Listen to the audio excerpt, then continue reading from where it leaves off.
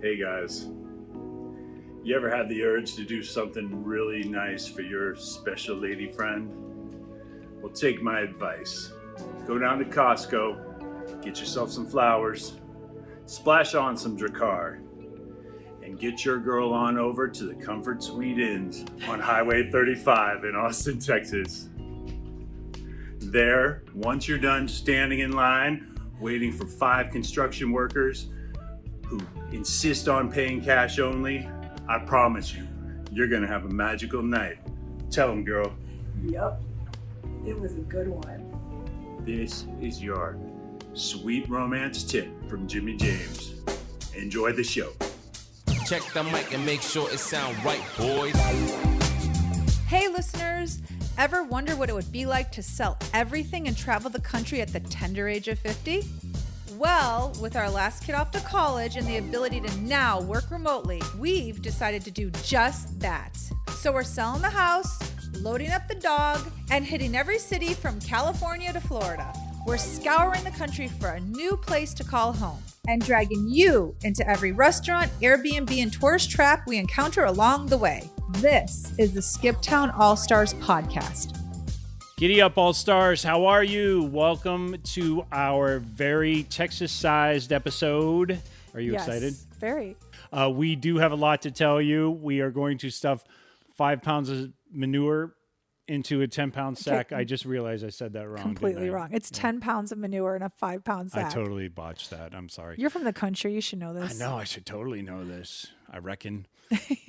Anyway, getting into the Texas episode. So, you know that we did an interview already with our daughter in Corpus Christi. You probably have heard that episode. And you also know that our last episode had us hightailing it as quickly as we could out of Roswell, because although Denise was converted into an alien conspiracist, A little bit. I was less than impressed with Roswell. So anyway, we hit the road. We ended up landing in Abilene because of our rule. Do you want to tell them about our rule, how it works? So we talked about it once before, maybe twice, that we have a pretty strict rule we really do adhere by, which is we try our best, as I say it's strict, but we try our best not to travel more than 6 hours in a day. And if the trip is going to be longer than 6 hours, we will stop in a halfway city. And if the trip is a full 6 hours, then we actually do try to stop for a lunch at the 3-hour mark or a late breakfast or however it works. Well, when we left Roswell, our goal was to get to Waco, Texas. And Waco, Texas from Roswell, I believe is 7 hours, if I remember correctly.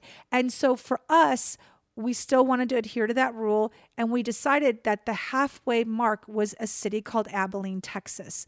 James found the city, and he's been the one pretty much who will find the cities for us. Like if it's a longer travel than 6 hours, he'll say, let me check and see what's the halfway mark. So he found Abilene, and we ended up arriving in Abilene pretty late. I was searching in the car for places to eat because we were definitely hungry. We didn't stay in Roswell to eat anything, and we knew we were getting into Texas and just wanted to have like some Texas barbecue. Like that was really what we wanted. But unfortunately, we were getting in at like 9 o'clock. And although it was a Friday in Texas, Abilene isn't Dallas. It isn't Austin. So things aren't open till 1 or 2 a.m. It's a little more sleepy, yeah. Yeah. And we were finding that where our hotel was situated, because we decided to stay in a hotel that night since it was only a one-night stay. We were going to do a hotel. Everything around us was like fast foods. So I'm trying to find a restaurant. And as we're pulling into the hotel, James says to me, oh, look, there's a Hooters. Hooters. So I started laughing and I was like, oh, I've never been to Hooters. And so I was like, let's do it. And what did you think? I was pretty surprised. I mean, I know you're always up for a good time, but when I said let's go to Hooters, I didn't think you wouldn't want to go there because of the Hooter Girls or because it's a guys' hangout or it's a sports bar or anything. I just thought you would say, you know what, I'm not really feeling wings. Like, can we eat something different? So, but when you said you were up for it, I was like, oh, this is going to be so much fun. It's true. It's like I've never been to a Hooters. So I was like, okay, let's do this. Let's see what all the hoopla about Hooters is about. Yeah. totally. So we get to Hooters, we get out of the car in the parking lot, and we're walking in the front door. And what's happening there, hon? Oh, that was fun. Okay, so we're walking in, and there is a really, really drunk guy walking out with a bouncer saying to him, "Are you sure you're okay? Are you sure you're okay?" Well, as we're walking by, I'm thinking he's not okay. And James verbalizes to me, that dude is not okay. Yeah, that dude is not okay. He should not be like climbing into a car with his own set of keys. No way. Right. And I was thinking the same thing too. Like, oh my God, they can't let him get in a car and drive. But I got to be honest, I was really hungry. So he had to be secondary. It looked like it was a long conversation and it had no time of ending soon. So we went inside. Yeah. We're like, this guy's got it. He's going to handle it. This Hooters bouncer, right? Right. Like, what could go wrong? A Hooters bouncer and a drunk guy. So we walk in and it is like a man's paradise. It is flat screens everywhere with every single kind of sports is happening right now is playing on the screen. Obviously pretty girls and chicken wings. It's like, oh my God, this is heaven. And beer. You forgot the beer. Oh yeah, beer. So when we walked in, the first thing I thought was, well, I don't want to sit at a table or a booth. Let's go sit at the bar. Like, let's do this. Like, we're in Hooters. Look, if you're in Texas, you got to do Hooters. And if you're at Hooters, you got to do the bar because that's where all the action happens. I mean, if you're going to go. We did. So we just walked right up to the bar. Now, mind you, the bar is square, so you can just see everyone across from you to the side of you. It's pretty great. And we sit down, and right away, Mr. Social, who's not social at all. Come on. I'm very social. Whatever. Very social. He just likes who he likes. That's it. He starts chatting it up with these two young guys sitting next to him. And I say young because anyone younger than 50 is they're young. two young 30 husband, father type things. Right. So we sit down. I order a shot because I really needed one and a Coke. And then he gets, I don't know what you got, but whatever. All of a sudden, he starts talking to these two guys next to him. And right away, they're engaged. What happened? Well, what happened was I sat down and this Trey and Robert, I just want to give you a shout out if you're ever out there listening anywhere. They're way too young to listen to our podcast. But anyway, so Trey looks over to me and he goes, "Oh, you just missed all the fireworks, sir." And I go, "Oh, really? What happened? Tell me, fill me in." And he said, "Well, there's a drunk guy in here. He wanted to fight like 5 people, including that gentleman right over there." And he points at this gentleman across the bar who looks like the freaking Marlboro Man, like the guy you don't mess with. He's got a white 10-gallon hat on. He's got a clean, crisp cowboy shirt on. He's sitting there sipping his Budweiser with a 1,000-yard stare. And he just looks like this is not the Chuck Norris type of dude you fool with, you know? And so I'm like, wait, he wanted to fight him? And, oh, yes, sir. He totally wanted to, like, he thought he was just going to fight everybody up in this bar, but he wanted to go up there and knock that gentleman's hat off. And I was like, oh, I would have loved to have seen that. And he goes, "Oh, we were waiting for it, sir, but it did not happen. He got bounced out of here." I go, "Funny you should mention that. We just saw him on the way in." Yep, And that he was said, our "Oh." friend. Yep. So that was our friend. So anyway, you noticed that I'm talking to people. And Yeah. And I have to say, I noticed the white cowboy hat guy too. Like he looked tall and he was rather good looking. His hat looked very expensive and his shirt looked really nice. And he was sitting with his friend who was quite smaller than him, had like a baseball cap on, but also looked fairly nice. But I have to say, no one at that bar looked nicer than the white cowboy hat guy. Right. So then to paint the picture of our L of the bar, our corner, there was, starting with white cowboy hat, who was the furthest away from us on the other leg of the bar. There was white cowboy hat. There was smaller best friend guy in the baseball hat, a couple empty seats, Alabama Man Bun. I can't even say it right. We tried to nickname him. Yeah. Man Bun. That's his name. Oh, stop. Anyway, it was a I'm guy gonna with call him Bama. It was a guy with an Alabama t-shirt on with a big man bun. And, he had obviously been drinking as well. So he was very boisterous, and I couldn't hear anything he was saying because I was talking to the two gentlemen next to me. And then turned the corner, there was another guy sitting there, and then my two friends, me, and then Denise. So that's kind of like how everybody was laid out. So then as James is talking to his two new best friends, I'm just hanging out and, just minding my own business. And all of a sudden, out of the corner of my eye, I see Bama Man Bun get off his stool and run behind us toward the other end of the bar. And he runs to the bouncer and starts saying something to the bouncer, being loud. And then he comes back to his chair. And on the way back to his chair, he's yelling, I don't know how they do it in Texas, but we don't do it in Alabama like this. And then he sits down in his chair. Well, then I look over, and lo and behold, drunk man from outside who was outside with the bouncer and wanted to fight the white cowboy hat guy is back in. And so he's fooling now with Alabama Man Bun guy. Alabama Man Bun guy then says in very loud words that he just beat a murder rap and he's not going back to jail for this drunk guy. Yeah. So everyone at the bar now is aware that he just beat a murder rap and is not going to jail for this drunk guy. Then he says again. Over and over. I mean, it's going on for like 5 or 10 minutes. I don't know how they do it in Texas, but we don't do it like this in Alabama. And then now, mind you, the bartender girls were now yelling at Alabama Man Bun because they're like, you don't just get up and run around this place and scream.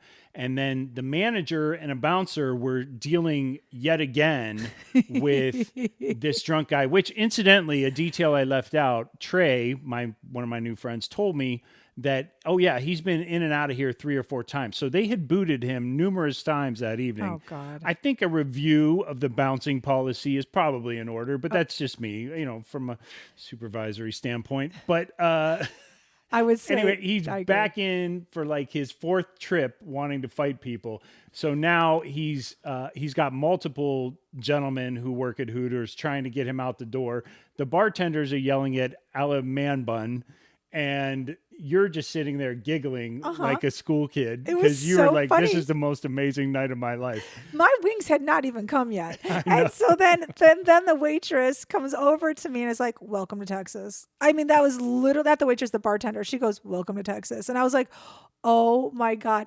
Well, then what happens is out of the blue, it like came out of nowhere. You remember the white cowboy hat good-looking guy that we're talking about and his little friend with the baseball cap? His little friend with the baseball cap starts screaming. Now, it's no secret that I cannot always understand people if they have an accent of any kind. So to me, literally of any kind. Yeah. To me, he was. You can't watch Peaky Blinders. No. You don't speak country. I do not. Yeah. And so all I heard was him yelling, but I couldn't hear what he was saying. But James knows exactly what he was saying because James knows redneck. I speak country. So go ahead. Alan Man Bun is going on and on and on about his murder charge and how they don't do it. And I'm just like, no offense, but I've never heard the term "don't mess with Alabama." Oh my God. Right? There's a reason why it's "don't mess with Texas," right? Yep. And I'm like, yep. Listen, little buddy, little friend, let me guide you in the ways of not getting your ass kicked. I come from the sticks in Ohio, and I'm not going to say to a bunch of Texans in the middle of a Hooters on a Friday night, that's not how we do shit in Ohio. Like, are you out of your mind right now? So anyway, I think someone else agreed with you. And it was a little baseball hat guy, and he was like half the size of his 10-gallon cowboy hat friend. And but what happened? He was not afraid. He starts slamming. He goes, well, dude, do something then. Do something then. You over here bumping your gums. I got to hear you. I'm trying to drink my beer. He goes, you going to go fight him? He's right there. He wants to come back in. He wants to fight you. Go fight him. Go do something then. He's like, bumping your gums. And I was like, I'm like, this little guy's getting in on the action, right? And now all of a sudden, Man Bun looks at him and his eyes get as big as tennis balls. And when you know it, he's a little quiet. Well, then what happened too was that when the little guy was yelling at him, he banged his hand. He banged his hand that was so the clincher, yeah. hard on the bar twice that every single person in this big square bar looked at him. Like it was quiet. It got dead quiet. I've never seen it get quiet in a Hooters before. This guy banged the bar so hard that on the TV, there was a Texas Ranger about to throw a pitch. And he turned around on the mound and looked at all of us like, what the hell is going on in this Hooters in Abilene right now? I'm trying to win a game. And this little guy was like, he ain't going to fight me. I know he ain't going to fight me. And I was like, I think you're right. He's not going to fight you. I'm 3 times your size. I'm not going to fight you. Nobody's fighting you. You win the night. And then the best part. So little guy is going crazy, banging his hand on the bar, telling Man Bun to bring it on. He's basically saying, bring it on. Yep. And his best friend with the big white cowboy hat, cool as a cucumber. Still sipping that Budweiser. He didn't even turn his head. Straight ahead. Did not look ahead once. No, did not turn his head once. Yeah, he did not turn his head No, once. he was looking straight ahead. He was just like, just another Friday night for me. I'm good. It was crazy. Yeah. It was insane. So then It was. to my left. You were loving it. Oh my God, it was the best. It brought me back to Chicago. It was so much fun. It was so much fun. I haven't seen a bar fight in so long. You were this close to seeing 6 of them at the same time. Oh, within 20 minutes of being there. It was going to be like Roadhouse up in that place at any moment. You know that, right? Yeah. And then to my all I was thinking was, okay, I got to shield her. These guys look cool over there. I'll wedge her over there in that corner, and we'll just try I'd and be like, sneak go, out. go, go. I know. Denise would be like cheering breaking them on. bottles on the bar and stuff. Oh my God. Oh, it was. I was so happy that we were there. Like we picked the right place. And then to my left were 2 guys that were sitting, enjoying their wings and French fries, and they were like, and the show. Yeah, and the show, and they literally were like everyone else in the bar. Nobody broke like movement, if you know what I mean. Like there was never like everyone turned and looked at little man when he banged his hand, and then they went right back to what they were doing. Yep. And then eating and drinking, and the guys next to me go, it's just another Friday night at Hooters. And I was like, really? Like, oh, every Friday's like this. I'm like, oh my God, this is so much fun. Let's come back. Yeah, totally. Oh my God. Well, we can actually. It's funny you say that because I was looking at Ellie's schedule and she plays Abilene Christian University. Oh, we're coming back sometime in October, I think. So yeah, we could definitely drop back into Abilene. That was a hoot, and that was a huge welcome to Texas. It really was. That was like. That kicked it off. It did kick it off. Yeah. So we left there and we were having so much fun. James hung out with those 2 guys the whole night. And we were there for a couple hours. And it was funny because at one point, one of them leaned over and said something along the lines of, oh, am I taking up his time? And I started laughing. I go, this man has been in a car with me for 6 weeks. He has pretty girls. He has flat screens, a beer, and 2 guys to talk to. Have at it. Yep. The night didn't. The festivities did not end inside of Hooters. But wait, there's more. Well, we left out the part where Man Bun quickly asked for his check and made for the exit. Sorry, that was just a given. But yeah, he's right. When the hand hit the bar 2 times and shook the entire building, he immediately asked for the check. I'm not sure actually if he did ask for it. I think the check arrived though at one point or another, like very quickly. So whether he asked for it or not, he was out of there fast after the hand slam. And we're laughing like 2 little kids, like he. Yeah. And Great. and then we're done 2 hours later. I don't know if it was 2 hours, but whenever we left the Hooters, Man Bun was outside, and then when he saw us, we walked by him. He looked and he goes, I'm going to ask for a refund. Like, good luck with that, bro. And then also there were 2 SUV police cars outside of Hooters talking to, I think it was the drunk guy. Yeah. So it was like, wow, it was like really happening in Abilene. Well, he did get a ride home that night. You're right. We didn't have to worry about him getting in his own car. Yep. And I'm sure Mr. 10-gallon hat guy left at closing time with his hat still intact. Mm-hmm. Yep. So then what happened was we obviously went back, and our plan was to go to Waco the next day. So I had Waco on my list of cities to visit when I knew that we'd be in Texas, because I really wanted to see the Davidian compound where David Koresh had his battle with the FBI and the Justice Department. Yeah, and would not leave the compound for like 52 days. So I was really, I really wanted to see it. I didn't know what it would look like. It could just be a plot of land, but because it was such a part of history, and growing up, it was just in the 90s. So I was a young person and watching it on TV as it was up in flames. So I wanted to see it. I told my friend that I was going to go to Waco. And right away, she sent me a link to Magnolia Table and said, you cannot go to Waco without going to Magnolia Table. And I'm so grateful that Erin sent me that link, because she was right. How could we go to Waco and not go to Magnolia Table? So if you're hearing the words Magnolia Table for the first time, I'll explain to you. It is a restaurant that is owned by Chip and Joanna Gaines, who are the stars, creators, originators of an HGTV show called Fixer Upper. Now, I don't believe Fixer Upper is on anymore, but they may very well be showing reruns. But they also turned their little show into basically an empire. They now make furniture that they sell at Target and also at their own furniture stores called Magnolia Home. They have a magazine. They launched their magazine when magazines were dying because of the internet and digital content, but they decided to start a magazine, which is hugely successful. They've written books, and now they own almost an entire 4-block area of Waco called Magnolia and Silos. Am I saying Silos? Magnolia right? Market and Silos. And Silos. It's a different vibe than Hooters, just so everyone's aware. Go ahead. It's just a little different. Sorry. Okay, so when you go to Magnolia Table, because it's such a popular place because of their television show, you can't get a reservation. So the way we travel, we don't necessarily know where we're going to be in the future. Like I don't know where I'm going to be ever.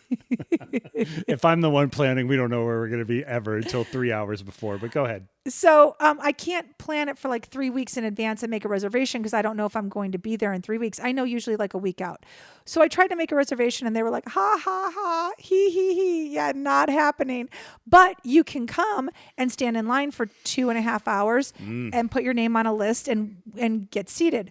Well, Magnolia Table is open from 7 a.m., I believe, until 3 p.m. That I know. I think they open at 7 a.m., I'm pretty sure. And we only had one day because they're closed on Sundays. And even though we were going to be in Waco on Sunday, they weren't open. So we had to hightail it out of Abilene. I remember we had to leave Abilene somewhere around 9 a.m. and at the crack of like 9:47, we ended up leaving Abilene. Yeah, because here's what happened. It takes 3 hours to get there. And then I'm on a 2-hour wait. And so I had to make sure that we were going to actually be seated. I did not want to drive all the way to Waco and then tell James that we weren't going to be able to have food. Don't you deny my banana pudding. Go on. I have to tell you, I would be stomping my feet. No, I honestly, okay, so let me just interject for a second. I made the Hooters joke, but seriously, like I work in television and I'm familiar with the show Fixer Upper and of course HGTV and all of their offerings.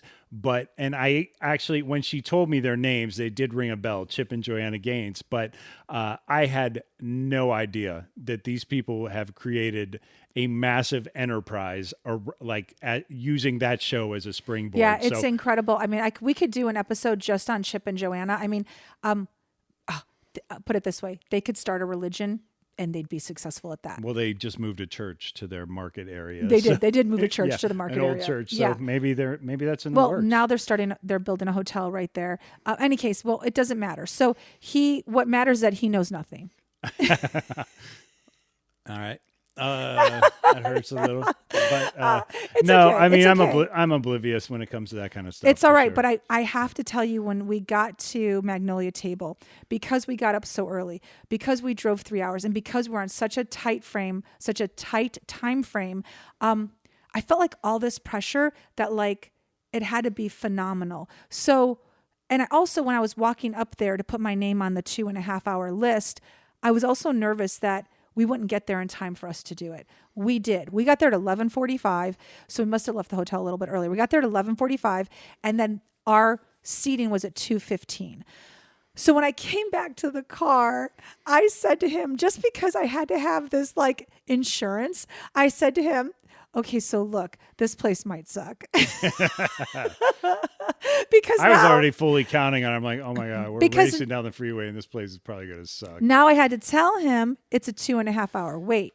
Like he knew it would be a wait, and I said it might be 2 hours, but now I had to tell him it was actually 2.5 hours. So I had to preface it with, it might suck. So just so you know. And then his answer to me immediately was like, we drove here in 3 hours and we're waiting for 2 hours. I don't care if it sucks. We're going in. We're going in. And I was like, okay. So well, I just want to make a disclaimer for any of you who are from Abilene to Waco and know that corridor. If our timing's off, it was 2 weeks ago and we're not from here. So it may not be 3 hours to get there. It may be 4. I don't know, whatever. Just follow along with the story. Go ahead. Okay. So then, that's when we went to the Davidian compound during the time that we were waiting. But I'm not going to talk about that right now. Nothing sets you up for Biscuits Benedict like visiting a trench of, modern warfare. Go on. We'll talk about the Davidians later. So we're on Magnolia Table. So anyway, we wait. We go in. Okay. Oh, this is a tip for everyone. You guys, seriously. If you ever want to go to Magnolia Table and you can't get a reservation, you have to do the wait. Just know that if you go around 2:00, your wait is 20 minutes. So when we walked in at 2:15, there was a woman who walked up there and said, how long is the wait? And the girl at the front, at the desk, the hostess said, it's 20 minutes. And I was like, that burned your ass, didn't it? Totally. It totally did. And, I immediately told everyone then it's a 20-minute wait. It's a 20-minute wait. Just come at 2. It's a 20-minute wait. Oh I literally would have stood on a freeway if I could and be like, it's a 20-minute wait. Come at 2. Yeah. But anyway, so we went. I took tons of videos. I took lots of pictures. So if you're following us on Instagram or on Facebook, I will post everything there of our experience at Magnolia Table. Suffice it to say, it was pretty damn good. It was pretty damn good. I'm not going to lie. It was good. I see why they are cajillionaires for sure. Yep. Because those biscuits that came out. What else? We did some We had everything. Did some sort of butter sampler or something like that. So they were served in little shot glasses. We did a butter flight. That's right. And what it was flight. Think about that. 4 different types of butter. One was a honey butter. One was a chive butter. One was a blueberry butter, and one was a strawberry butter, I believe. I think so. And then came. One was honey butter, one was regular. One was chive. it regular? Yeah, I'm an expert on butter. Okay, I lay it out. One was their regular creamy butter, churned up by Mama Gaines recipe from 1963. And then the next one was honey butter, and then there was a blueberry butter, and then there was the chives. Okay, so we had the 4 butters. Yeah. And then it came with a basket of deliciousness. So you have to put the butters on something. No. It's not. It's not a bread. They brought out the most delicious croissants, and I know croissants. I've been to Paris. Oh my God. That sounded so what the hell? Stupid. Okay. Anyway, then they had oh my God. They had so great. A scone in the basket. They had a biscuit in the basket. They had a cinnamon roll in the basket, I believe, right? I don't remember. It was just you don't remember? Do you know why? I remember it was all good. Do you know why you don't remember? Because I inhaled it all. We were in food heaven. It was pretty good. It was amazing. It was amazing. So that started the morning, the afternoon. But that was the start of our meal. So when that arrived, all I kept thinking was, God, I hope this is good, because this man has been waiting for 6 hours for food. Please make it be good. And you know what I was thinking? I was thinking, this hypnosis is not really taking hold. Okay. So anyway, I'm referring to the Sedona episode. Check it out. So it arrived. It was delicious. And then you ordered you ordered eggs Benedict on their delicious The biscuits. biscuits Benedict, yes. Yeah. And then I ordered, we wanted to try something different. He did breakfast. I did lunch. So I did chicken salad with a croissant because I couldn't get enough of the croissant. And then, well, because you've been to Paris. yes, exactly. And then I ordered a strawberry lemonade spritzer, something that was the most delicious thing. It reminded me, here we go again, of Lord. being in Dubai. Oh my Do you God. believe I just said You're that? so name dropping Do you today. believe I That's awesome. said that? Oh my God. Oh my God, what's so wrong with me? Okay, anyway. Meanwhile, I had coffee made from Papa Gaines' secret bean roastery in the hills of the Himalayas. Go on.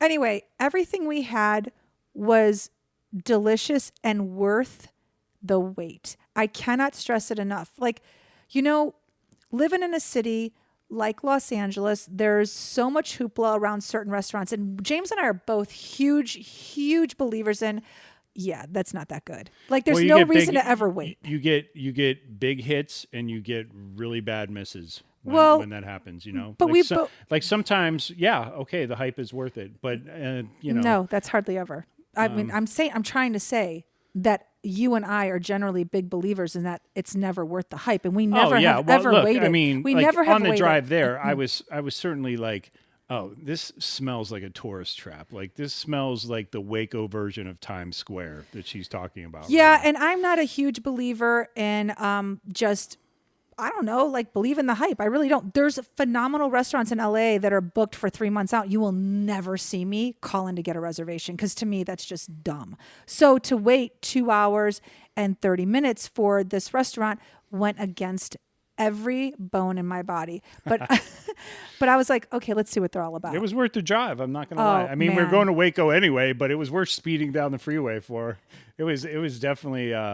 It's everything. It was a good meal, but I mean, so the meal was good and whatever. We've had good meals and that's great, and the place was good. No, but I want to say, like, you guys, the decorations are incredible. Like, what you know about them on their show, it is reflective in the restaurant. I mean, down to like even like the little plates that they have and the light fixtures and the glasses. I mean, there's no question. Like, when you go into a chef's restaurant, when you've been following a chef, let's say on television, on what's the cooking show again on TV? Food Network. Yeah. And you go into his restaurant, people will always say, oh, it was this, it was that. It was very reflective of the chef. This is very reflective of their show, who they are, and also the people that work there. So not everyone, but I do have to say the people I interacted with, starting at like the girl at the front tent, because they don't even let you in. There's a tent that you're greeted in a tent and a canopy, and people are waiting,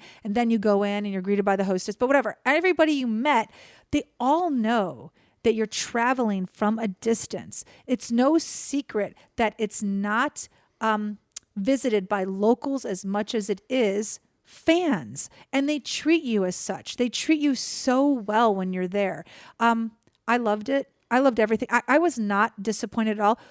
These people are amazing at what they do because they're running a restaurant in addition to everything else they're doing, and everyone in that restaurant were so professional, and the food was so good. Like, I can't explain it. Like, how do you do everything so well? Like, their restaurant is just one venture in their entire empire. And that was done as a 10.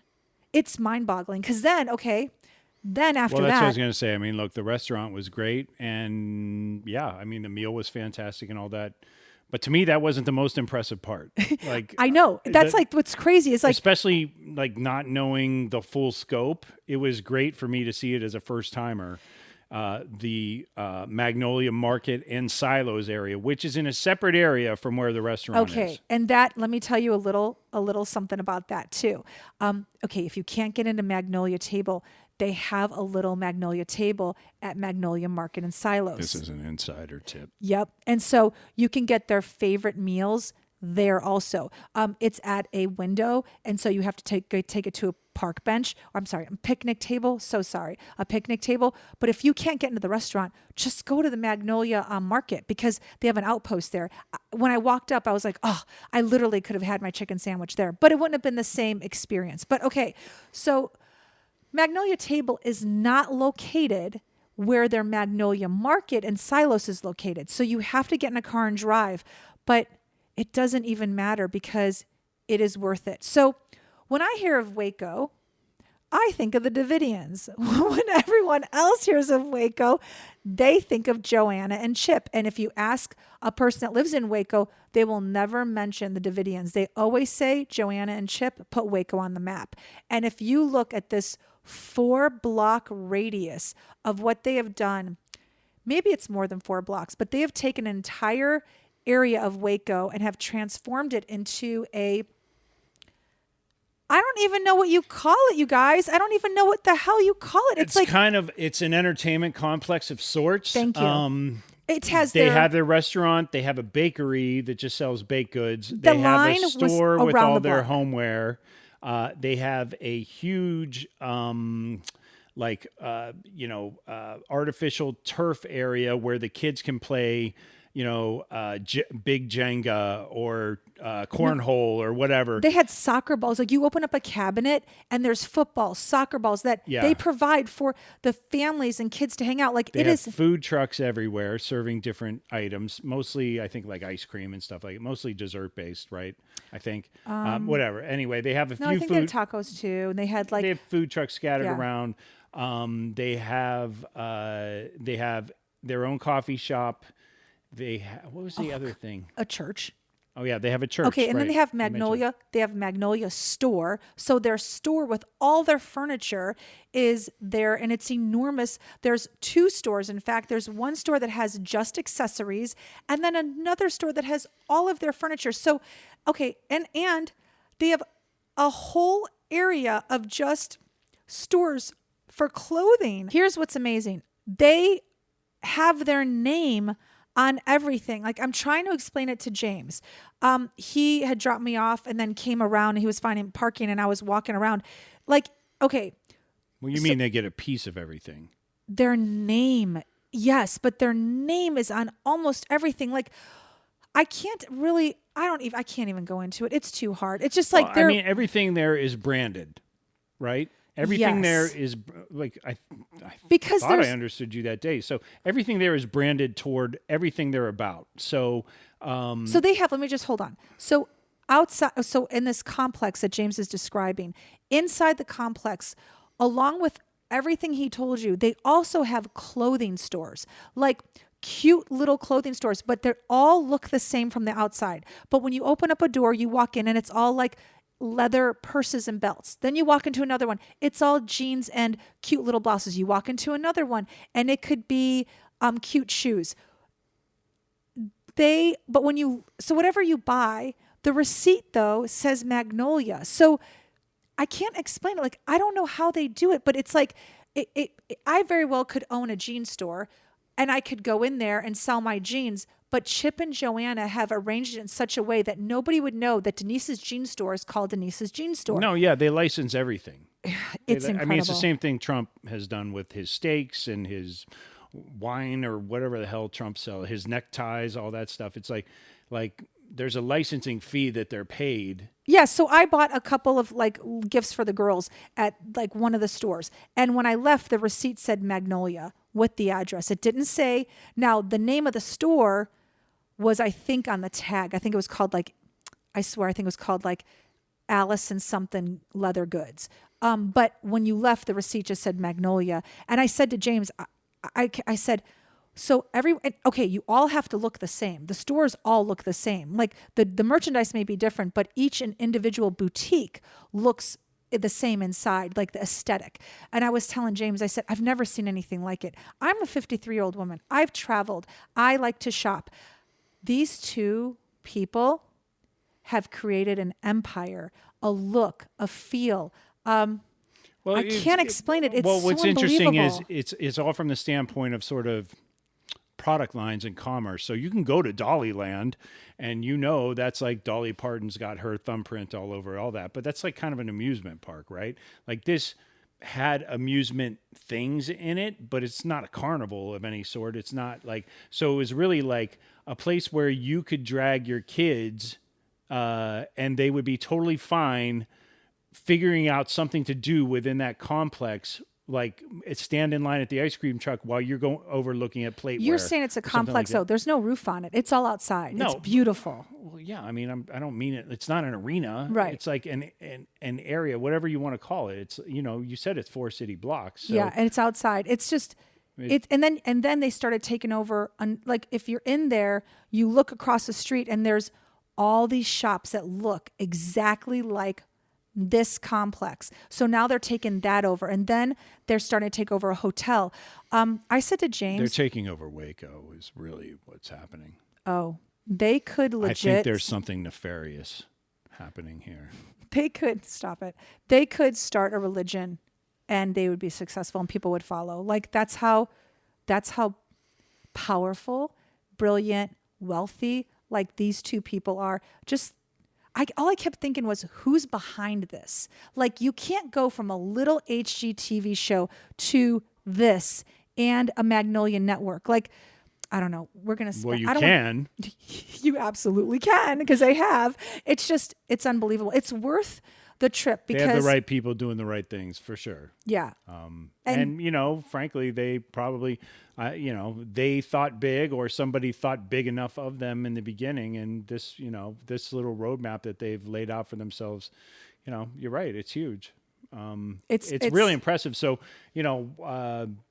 while you were looking at, how all the boutiques look the same or whatever, for me, I was just like zooming out because I'd already sat through 2.5 hours of waiting to get biscuits at their place. And now I'm like walking around their place and just like their market area and taking it all in. And I'm like, from when you zoom out and look at it from a business standpoint, it's really impressive. So, yep. And I would say that if you are fans, go. There's no reason not to. It's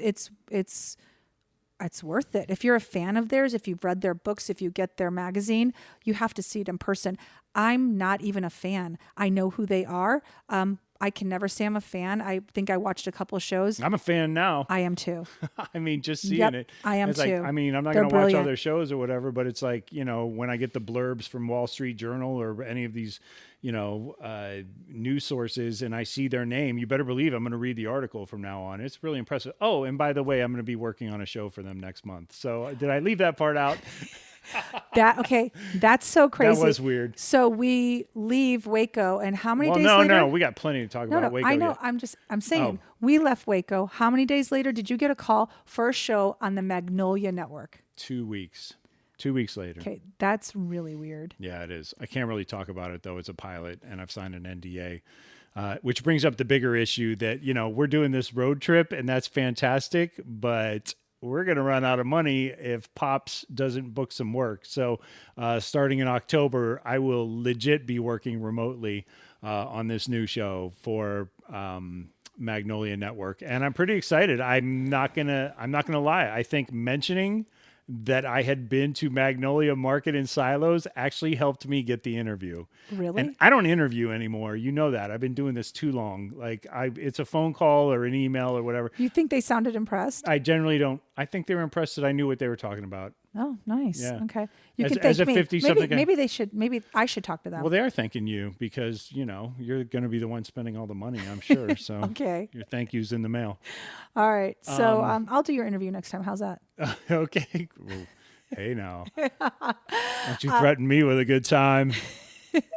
So anyway. So let's get to the dark stuff. Yeah. Let's go to the Davidians. Yeah. So in the middle of rewinding just a touch, in the middle of our wait to get into Magnolia biscuits.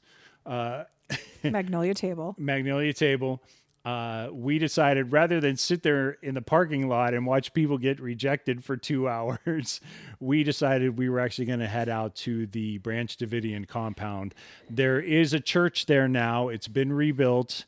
The minister of that church is adamant about telling their story and telling it in such a way that everyone realizes that what happened back in the 90s was not the heart and soul or the intent. Message. Yeah, the message of the original Branch Davidian compound, or the what is the name of the church? The Branch Davidian members. That was yeah, not but they're not Branch Davidian. What's the name of the church?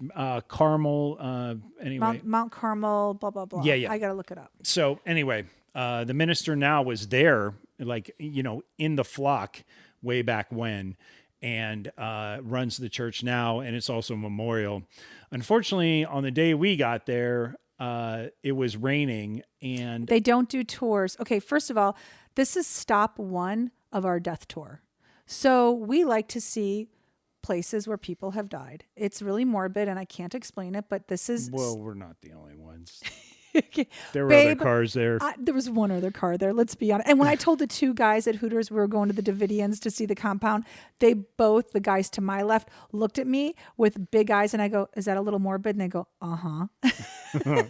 But anyway, so this is stop one on our death tour. So More to come. yeah, definitely more to come. So the unfortunate thing is that when you look it up on Google, it does tell you the hours of the tours and what the tour entails. And I wasn't quite sure until I read about it.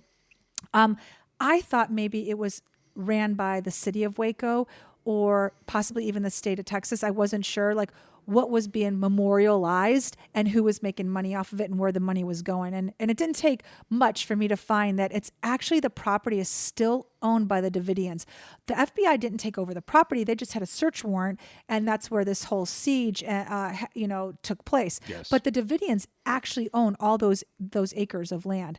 So when this, moment happened, this incident, and the Davidians started, according to them, getting a bad rap and a bad name. A lot of Davidians left the area, but they still obviously held on to the land. So what they ended up doing was, as James said, this minister was actually a follower of David Koresh's, but then he left because he felt that David Koresh didn't adequately... Oh, I can't. I'm not going to He felt like he was taking their message in the wrong direction. Right. And you could read about this yourself. We're just proved paraphrasing. to be true. So, Yeah. So I'm obviously paraphrasing, but yes, James is right. He left and because he felt like the message wasn't going in the direction that he felt the Davidians had wanted. So when this all happened, namely, David Koresh was not the Son of God. Yep. And then this minister came back, and now they do tours, and it's donation only. But the tours are only done when weather is good because it's an outdoor tour. And this day, it was pouring rain, and so I said, let's just go anyway. And we did. Again, if you follow me at Skiptown Denise and our Instagram at Skiptown All Stars as well, I'm going to post a lot of video and pictures because we went there, and the most intriguing thing for me, I mean, there were several, was the FBI house. Yeah. So the house across the street.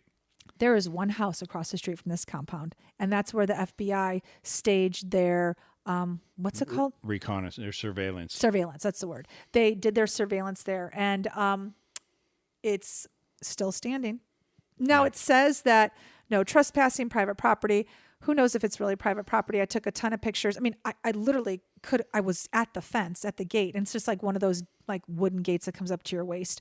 Now, the compound obviously burned, but as James said, because you did say they rebuilt it. Well, for the longest time, I mean, I actually went on Reddit leading up to this, and there were people complaining like, oh, now at the site, like they took out the old burnt school bus and they took this out and they took that out, and it's kind of like, well, yeah, I mean, I don't particularly feel like visiting a memorial. Like if it's a memorial and they're charging people to get in, then obviously they recognize that people want to remember this event or understand more about it. So I don't particularly feel that part is morbid. What is morbid is going on Reddit and saying, damn, this place sucks now that they took the burnt school bus out. Oh my God. Weirdos. I know, but I don't know why you go on Reddit. I told you Reddit sometimes is crazy. It's good. I like it. So anyway, but I when get you a go lot of there, information there. It's all true. no, it's not, but okay. When you go there, the tour is meant to inform you about what the Davidians really truly believe and what happened there and their version of why it happened. So actually, to be honest with you, I was really super interested to hear what their version is of it. I have what Wikipedia's version, I have the FBI version. I would love to know from a true Davidian what their version is of why it happened. We didn't get that. We're going to have to save that for the next trip to Waco because I know it's out there. We just couldn't get to it that day. It was all fenced up, but we took some photos and,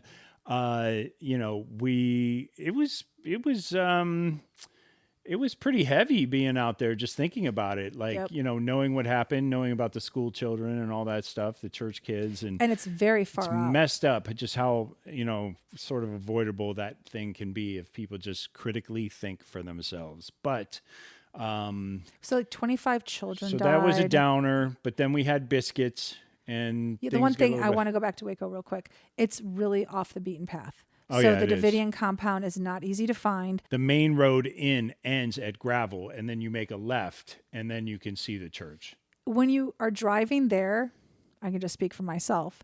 When I was driving there, I just thought like, wow, they really were in the middle of nowhere. Yeah. And how easy it is when you are away from everyone to create your own laws and rules and whatnot. I mean, they really did there was a compound and it was really far off the road. And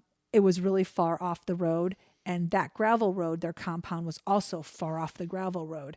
To see it in person is just, I don't know. It's something. Well, that's what all great cult leaders do. I mean, they sequester their followers from their families or from, public scrutiny or just the public at large, It's kind of like, I don't know how many bullet points there are to becoming a cult leader, but I know that's at least one or two of them right there. So yeah, they hit that one, and people would obviously disagree with you that they were occults, but in any case, whatever, that's a different subject argument. They really were away from a lot of people. Yeah. Okay, so that was a downer. Then we did the Magnolia Enterprise stuff. Yeah, it really was. It went from and we were still feeling a little sullen, although a little slightly energized after visiting Magnolia. But the only thing that could really get our minds off of everything was a Baylor football game. Is that what it was? We went to the Baylor football game. Yeah, and we watched them beat the crap out of Albany from New York. Those poor kids were in our hotel. Yeah, so I had to explain to Denise, they were in our hotel. We didn't see much of them after the game that night, but they lost 757-7 or something like that. But the game itself was great. I had to explain to Denise that, for the larger Division I NCAA football programs, the first 3 games of every year generally go like this. If you really want your team to be in contention for the playoffs in Division I, then you will schedule a game with a very tough opponent for your first 3 non-conference games. So, Ohio State played Notre Dame this year. Those are very big names. Everybody knows who those schools are. But then the following week, Ohio State played Sister Mary Elephant's School for the Blind. So, when we were in Baylor, they were playing their version of that school, Albany, New York. And I had to explain to Denise that she said, this is a shame. Like, they send these kids out there. It's a meat grinder, literally. I felt so bad. And I said, yeah, but the school's getting a ton of money for their other programs because Albany, New York is, they're making bank off of this game, watching their young players just get their heads kicked around for 48 minutes. Okay, seriously, as like a non-football player watching person, Denise wanted to represent them as their mother and say, I want all my kids off the field right now. This game is ridiculous. You know what it looks like? Have you ever seen like the cartoon where or I don't know, whatever, the show or whatever, where people are flying up in the air? Like they're running like through a crowd. Yeah, like a bad Adam Sandler movie. Yeah, and people are just flying up in the air. Yeah. That's what this 2 hours of these Yeah, kids. it did. It looked like Porky's. It's like limbs everywhere. Yeah. I felt so bad for them. Yeah, they got their asses beat. But it's just how it is. It's like, That's hey, an understatement. yeah, like you kids want new uniforms, you better get your asses down to Waco then and play Baylor. It's like that's how it is. It's like, listen, the softball team needs new bats, Like, it's up to you guys to go down there and not get hurt for when we get into conference play. There's no way. If my kid were a football player or the quarterback for that Albany team, I would be screaming and crying because he is just getting sacked after sacked after sacked. Yep. I know. And there were players probably on that field. They're like, they're looking for, like, we're pretty good. Like, we could win our league, our conference this year, which is much lower a conference than the one they're currently playing an opponent against. But, they're thinking like, oh my God, I just got to stay healthy so that when we go play Eastern Central Michigan Tech, like I can actually survive and we could like win a championship That this had season. to be the longest 2 hours of those kids' lives. Oh my God. Yeah. Well, I mean, they got to do it. I think I think most of those sort of subdivision NCAA 1 schools have at least one of those games on their schedule every year. But it was a perfect date night. Denise is always dragging me out to these sporting events. She just cannot get enough. So I suffer for my love, Thank you. Yeah, no problem. So anyway, next morning we got up. Did we stay in Waco again? We left because we were in that dingy hotel. Yeah, we left the next day because we went to the West Festival. Oh, that's right. So at the Baylor game, there was an older gentleman and his much younger wife who were kind enough to tell us about West Texas, Texas. It's literally like the name of the town. And they were having... I'm laughing because you know why I'm laughing. You're laughing because I just said an older gentleman and his much younger wife. And you almost like totally embarrassed us by saying, oh, is this your daughter?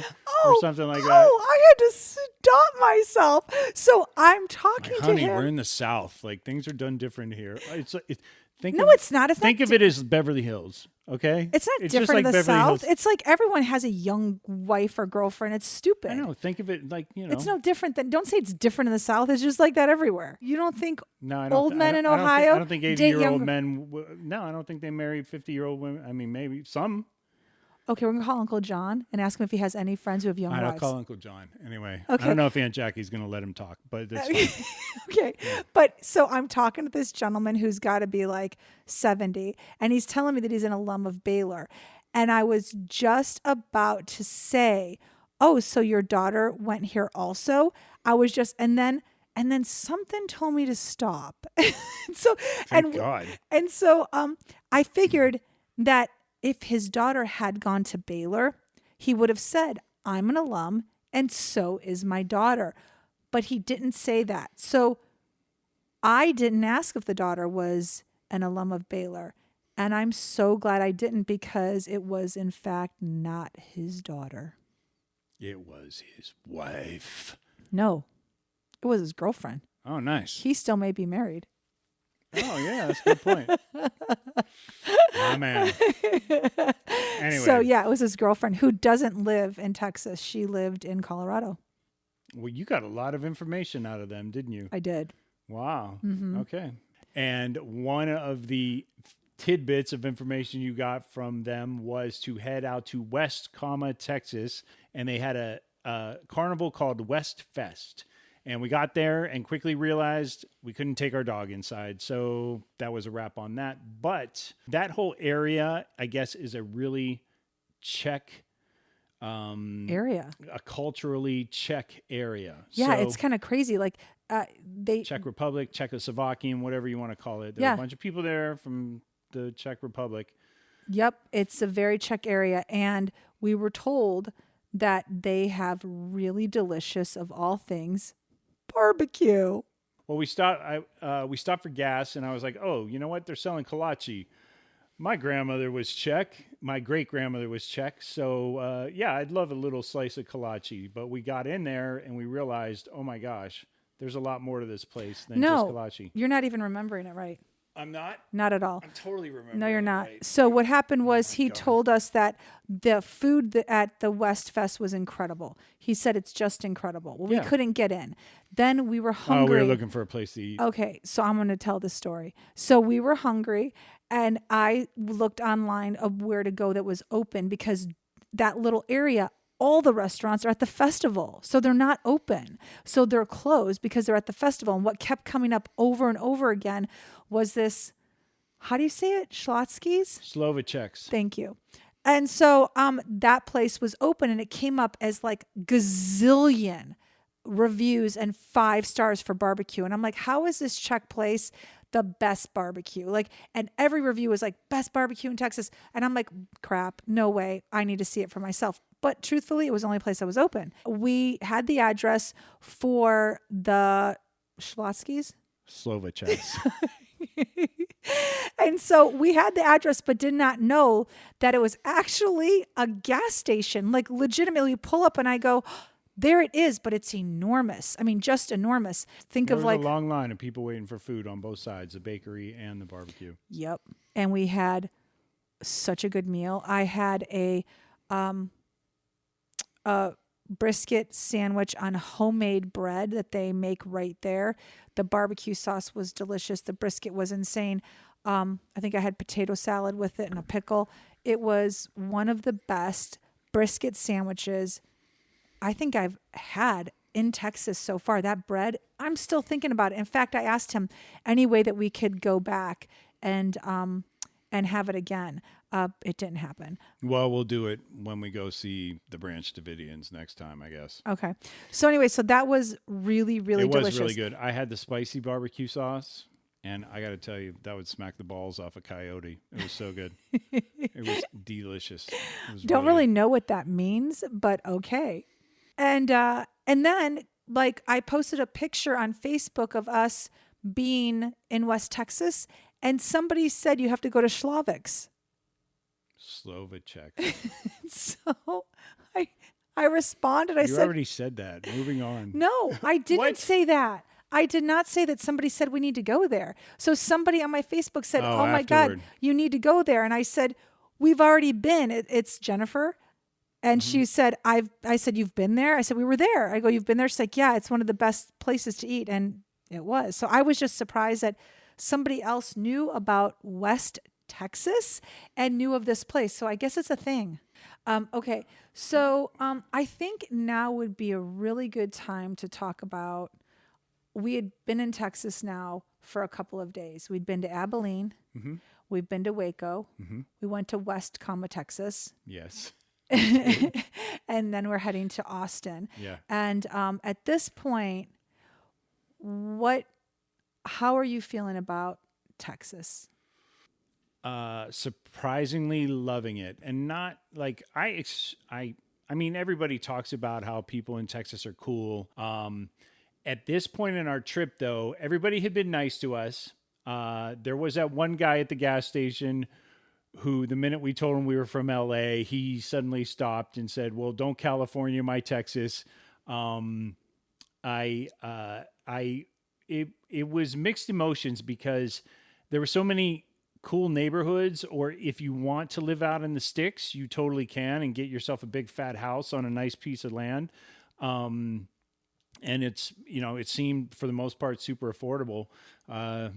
It's just a highly politically charged state. That part's a little difficult because, there were obviously court cases that happened. I don't know if you guys follow the news, but there are a lot of things that happen politically in the United States with the Supreme Court.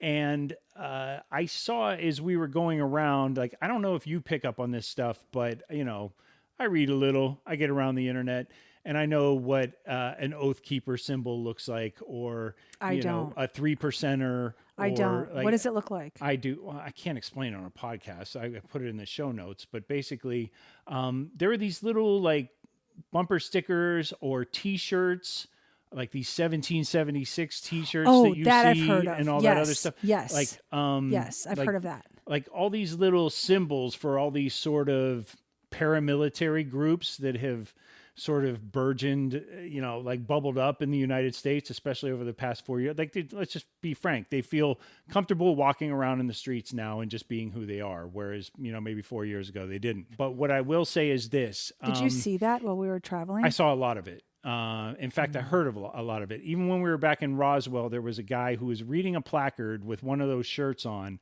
and the placard in the UFO Museum, of all places, was talking about how a neighborhood in Los Angeles actually accidentally had like bombs dropped on it at some point. And his response to that was, oh, well, at least they hit something, meaning it's okay to bomb Angelinos, basically.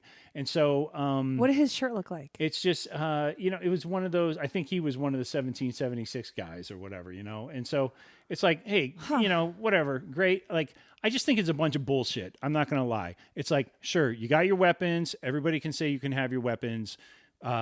Texas Texas, no problem. You can carry, with, the minimum credentials or what have you, without getting too much on a soapbox. I think it's bullshit because, frankly, you're not going to launch a revolution, okay? You're just not. What you're going to do is pick up Timmy at T-ball practice at 4:00, and then you're going to go home, and you're going to have pork chops with your wife, Sally, and then you're going to eat cheesy poofs with your daughter, Sarah, until you have to put her to bed at the end of the night, and then you're going to wake up and you're going to go to work the next morning, you're going to do it the next damn day. So let's not think that you're some freedom fighter that you're not, because you're not.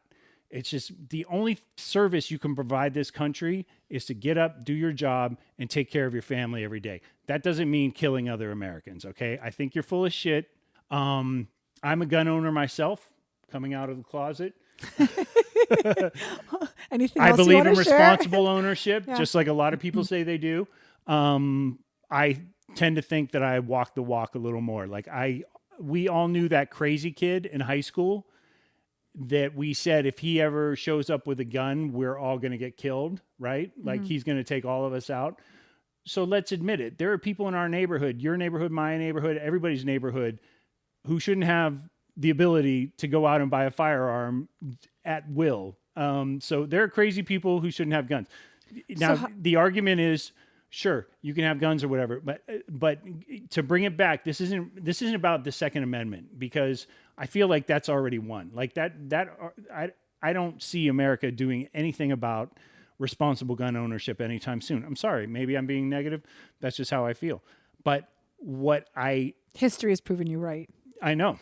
Unfortunately. It is, unfortunately. I mean, even in, we're talking 2 hours outside of Uvalde, right. Yeah. It's like people are walking around wearing these shirts. So, I just think it's bullshit. You're not the freedom fighter you think you are. You're not special forces. You're not a Navy SEAL. Right. You're Joey, who got his ass beat in high school all the time, and now you're a little salty and you can buy some bullets and all that other stuff. And it's like, if you want to go nuts, sure.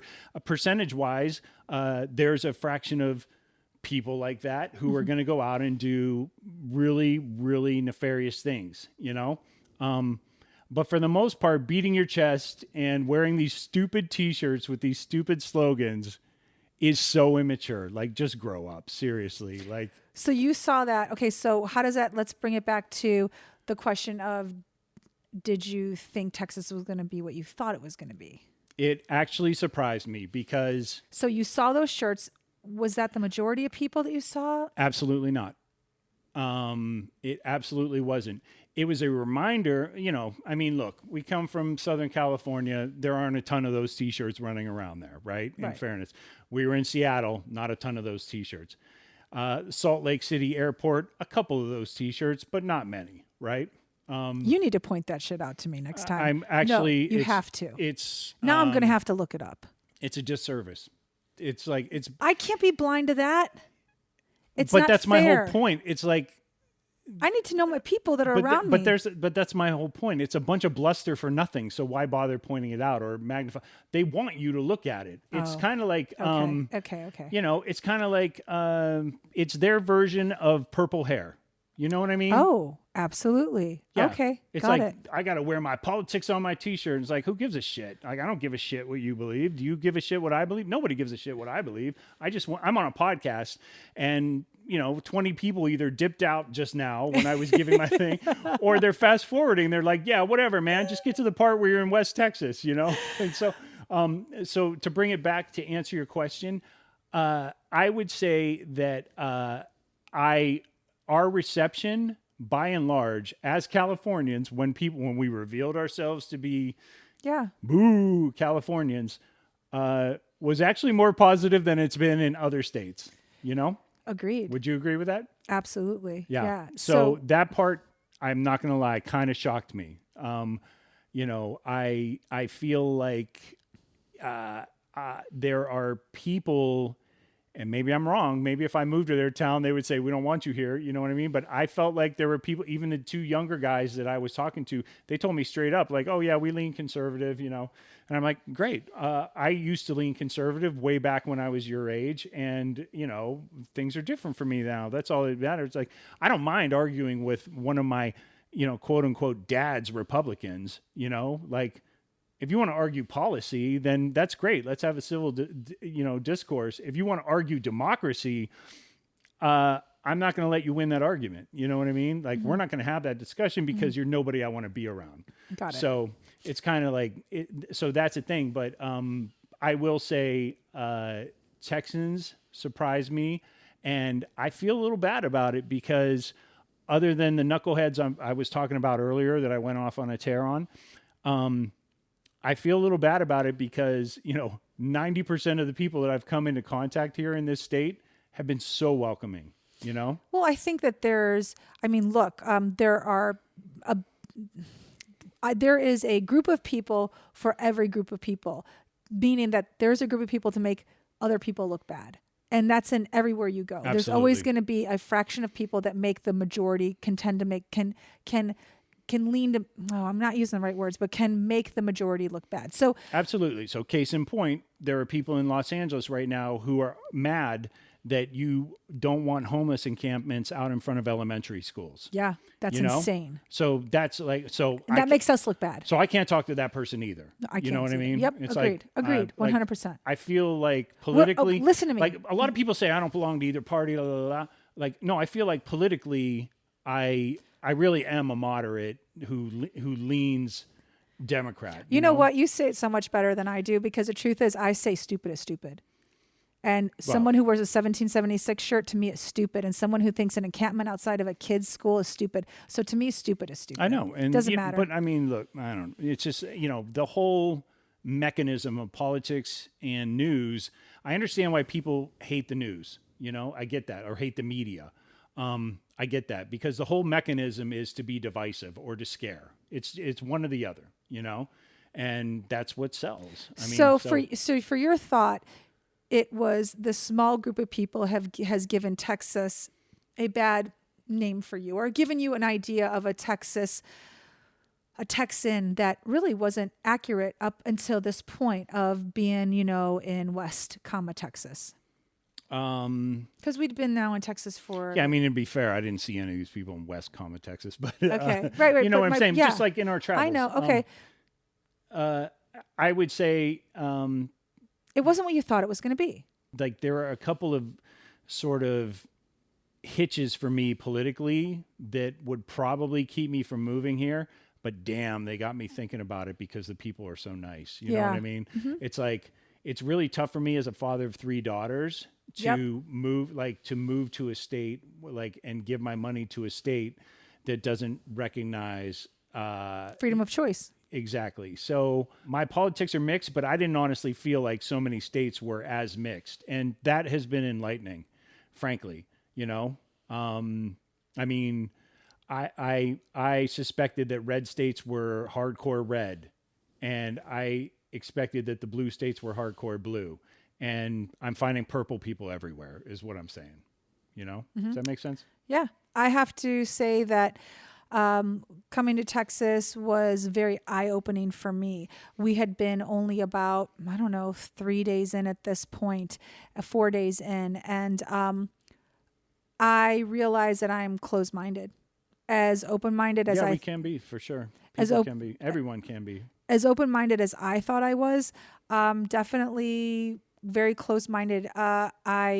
In relation to what I thought I was going to encounter when I came to Texas.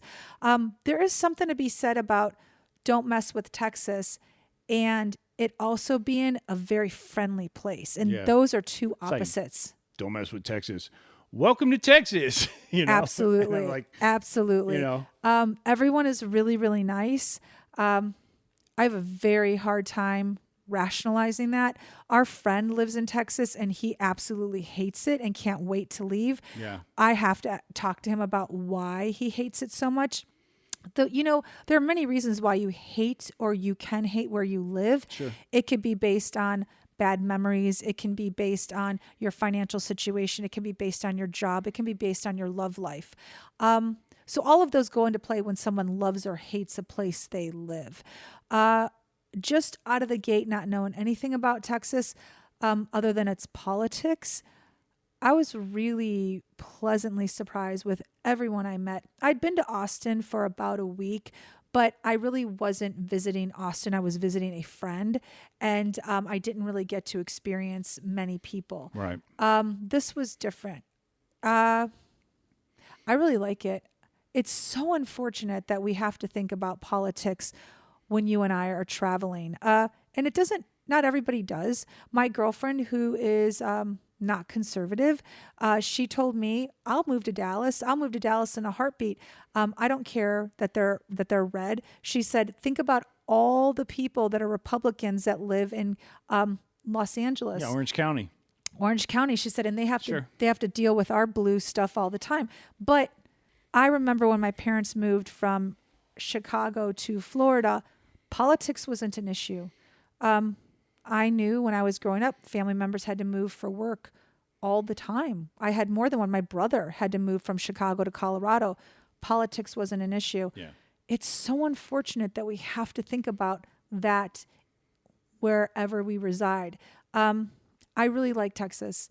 I really like the people I've met. Everyone is so, so friendly. They stop and talk.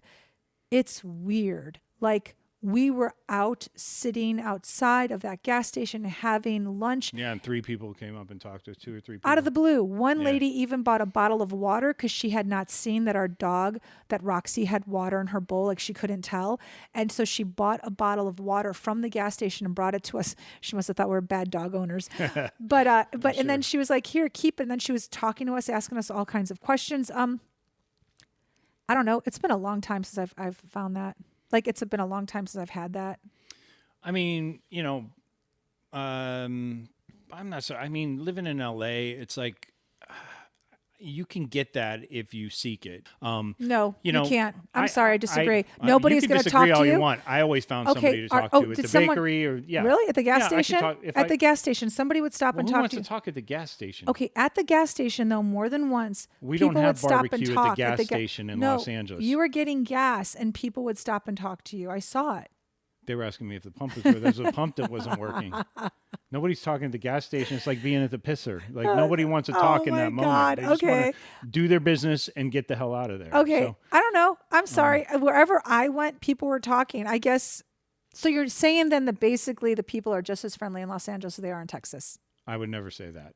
Because you're saying it now. I didn't say that. You're putting words in my mouth. You're saying that they're just friendly. I'm saying you can find friends in LA if you're seeking them. There are other people who are also looking for friends. Okay, so any case, from my I think experience, there are friendly people in LA. I do. I mean, I'm not saying that they're not, but you brought up LA, and I was saying that I have yet to have the same friendly interaction in Los Angeles or anywhere that I've been thus far in our travels as I've had in Texas. That's my experience. I disagree with that. I mean, I can't say the same. I've had great experiences, and I mean, we wouldn't have lived there for as long as we did. I'm not saying that I didn't. What I'm saying is that people in Texas, as a stranger, were so much more friendly than they were to me when I moved to Los Angeles as a stranger. And up until this point, with all of our travels from Los Angeles to Texas, I've still yet to be in a state where somebody is as friendly as the Texans are. That's been my experience. Okay. That's just my experience. Yeah. So, yeah. No, I would say they're damn friendly here for sure. I mean, but I thought people were friendly in Santa Fe. Well, I actually have to think about that now because you're saying to me like the people in Santa Fe were just as friendly. And that makes me think It's like, a different vibe, though. hold on. That makes me think though, did I have a different perception of what I was going to, did I have a different expectation? Oh, I think we both did. And what you were going to experience here in Texas? Yes. Yeah, absolutely. So I think you Like, nailed Texans it. hate Californians. I mean, we're coming in with that. So it goes back to what you were saying about how our parents never had to think about that stuff. Yeah. It's like the equivalent of those guys who get in fist fights at ball games because, like, they have a few beers in them and all of a sudden they think they play for the Celtics. You know what I mean? No, I don't. But I'm I take using the your word for Celtics it. because I hate the Celtics, but I'm using your because I'm a Lakers fan. I'm but, taking your word for it. but I you don't know know what what I mean? you mean. No, like there I are don't. some people who get so swept up into Oh, yeah. the us versus them thing. Yes, which yes. goes back to the T-shirts I'm talking about. Okay. Where it's like, dude, you're like one of those guys at the football game who's like fighting some other I dude because you know. both got drunk. And Yeah. now everybody's kids have to see you act a fool. Yeah. Yeah. So that was my big point with that, I guess. But Yeah, I just I have to say that my visit to Texas was just so much better than I anticipated. well, I think the key word for me would be genuine. When people say hello to me, they genuinely here in Texas are saying hello. We came in here with generalizations, and they've been proven wrong. Yes, 100%. Yeah. And I can say that because I get about 8 great neighborhoods where you could buy a house in Texas. So we're going to move on. We're going to lighten the mood a little bit. And we're going to get back on the road. We went down through Austin. Denise showed me around a little bit because she had been there before. It's a very cosmopolitan city, a very Texas style of Cosmopolis. Yeah, Cosmopolis. That's perfect. It was super cool. You actually knew where the South by Southwest events all take place, so that was cool. We packed a lot into a pretty quick drive-through of Austin. Yeah. We knew going into it we didn't want to stay there because Denise had already been there. She said it was super crowded, super city, and she knew we were never going to want to... Super city or super shitty? Super city. Sorry. Say that 5 times. Super city-like. How's that? And she knew both traffic-wise and financially that it was Yeah, it probably was just like no it was reason going to be to 2 stay. strikes for us. It's like a city. We'd have to find parking. It'd be expensive. It'd be the same It's mortgage like, we were ugh. paying in LA. We wouldn't have improved our Oh, our you're talking about a condition. house? Yeah. Oh, I'm so sorry. I thought you were talking about an Airbnb or a hotel. No, I'm no, so no. sorry. I'm so sorry. No, I'm talking property. Oh Like, yeah, there's we're no looking reason to buy a house. Yeah, there's no reason to go You knew there. that, right? Yeah. You know we're looking to buy a house one day. Yes. Okay. Of course, that's why we're doing this. Yeah. No, I'm sorry. I thought you meant like Here's okay. So here's the Texas experience so far. It's Denise driving around looking for barbecue, and me on Zillow. diverting her when I find a house on Zillow that I actually want to look at. It's So, pretty accurate. yeah. It's pretty accurate. It's like she drives around aimlessly looking for barbecue. We've had it like 17 times. I know. in 2 At weeks. one point, he said to me, "Barbecue again," and my answer was, I don't remember. I said, "When in Rome, like when you do this, like when you're in Italy, you eat Italian food. Once I leave Texas, I will not get the same barbecue. So yes, barbecue again." Barbecue again. And I'm a huge barbecue fan, but it's like once in a while you got to have a piece of fish. You know what I'm saying? So anyway, Austin was just sort of a pass through for us. Great city. I could see my kids spending time there if we buy a house in New Braunfels. I said it wrong, I think, on No, my... No, but I was calling it New Bronzefell or something like Okay. that. It's New Braunfels. Okay. So our Airbnb was kick-ass. I did much better than the granny house, the granny farmhouse in Roswell last episode. You did much better. I even took some videos. So again, check the Instagram. It was pretty cool. Yeah. And we actually stayed there for a couple days. We did. It actually our little condo, I Yep, guess it was a condo. Yeah. That little place that we booked actually had a back pathway where you could get to the Guadalupe. River. So on Labor Day, we actually took a day off and we just sat out by the chairs and watched people float the river in front of us. It was great. That was much needed. It was so sweltering hot. The one thing we've left out of like a lot of these towns is like It's just like it's been like blistering. Humidity. I don't own nearly enough wicking shirts. Like I was wearing cotton the first 4 days here. What a mistake. Seriously. I walked in just sloppy, sweaty mess everywhere. Yeah, But, it's very hot, and I don't know what I was thinking. I had no idea that Texas was so humid. I didn't know humidity existed in Texas. I actually thought Texas was dry. I it's don't not know. a dry heat. Nope, not It's at all. not a dry heat. It's been so hard to breathe. Yep. We ended up staying there for a couple days and then got a lay of the land. I actually went to check out a few areas. So in that corridor from Austin all the way down to San Antonio, there are a handful of places. We actually met when we were at Magnolia Table. There was a woman we met who was there with her daughter, and they live in Kyle, Texas, which we actually drove through. There's another little town outside Austin called Buda, Yeah. and which we really liked. It had a very cool like little downtown area. Then there was let me see, New Braunfels, and then Canyon Lake sits outside of there, which is like a resort area. It's got a dam, so it's some sort of reservoir. But people were swimming, boating, all that. I did a drive around. You were in your pajamas until I think 3:00 on Labor Day or something like that. Yep. 4:00. So Yep. Felt so so good. I actually went. I busted out the Zillow. Canyon Lake it's really it's sort of an eclectic group of houses. You have some old lake type cottages. You have some really big old houses, and then you have some brand new construction type houses. But one thing you'll find consistent with all those areas or all those houses is that you will definitely find deer in your front yard. Like I drove past a yard that must have been 12 deer sitting in there, an entire herd. Is it a herd? I don't know. Maybe. Yeah, you think I would know this. I actually like that area a lot. I got to say, it's worth a look, especially to anybody who wants to move to Texas. The one recommendation I would give is that, along the freeway, the highway, you have these service roads that'll run alongside them. So when you pull off on some of these towns, you think, wow, this place isn't nearly as cute as Buda.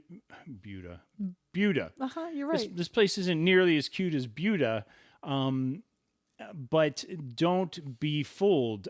Just because you're seeing like a grocery store and Michael's and a Jiffy Lube and all this other stuff like lined up against the freeway, like that's not really the town. You have to get away from those service roads, and those service roads just feed the highway on either side. But the minute you split off from those and start heading toward, just do a search for like old ice cream stores or, old burger stands or whatever, or the town square, the town hall, or whatever you want to do a search for. Yeah. You're going to be really impressed with like some of these little towns. I mean, they're very like Charming. Yes. And picturesque and all that. So, I know our friend that we're going to talk to hates Texas, but I found a lot to like in those little towns. Like that whole, I shouldn't say that whole, but we stopped, like San Marcos was there. There were a couple other places. And that whole stretch between Austin and San Antonio, I mean, if you can't afford a $1.2 million house in Austin. And who can? Right. Then, maybe one of these towns is worth a look for you because there's still... we're talking San Antonio is an hour and a half away. Austin may be an hour 15 in the other direction.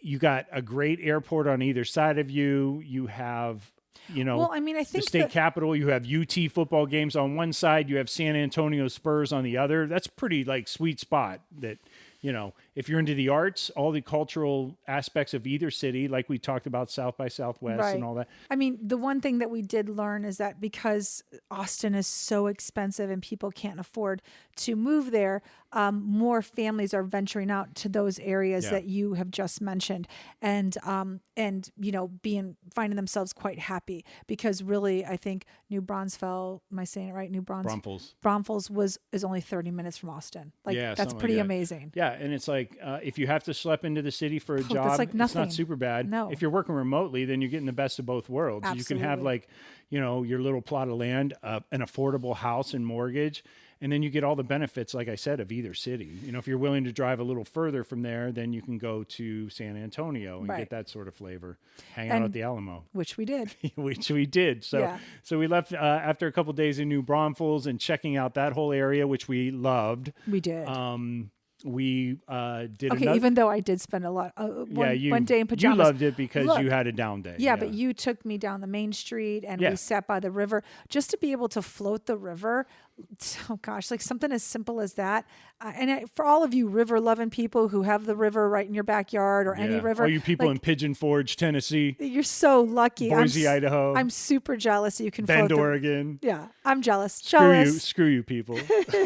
So for me, floating a river on a Tuesday seems like really luxurious. Yeah, for sure. So we did another little pass through in San Antonio. Again, we're not looking to move to a big city, but we had to check out the Alamo while we were there. And we did. And then we did the river walk. And then we got a very mediocre deli sandwich, and we did the river walk. Yeah, the sandwich was really mediocre. And then we beat it out of there. At that point, it was time to get to Corpus Christi to see Parker Gordon, our oldest. Yes. And we talked a lot with her in one of our last episodes. Yeah, episode 8. Yeah, about her experience in Corpus Christi. Let's talk to Denise. What was your take?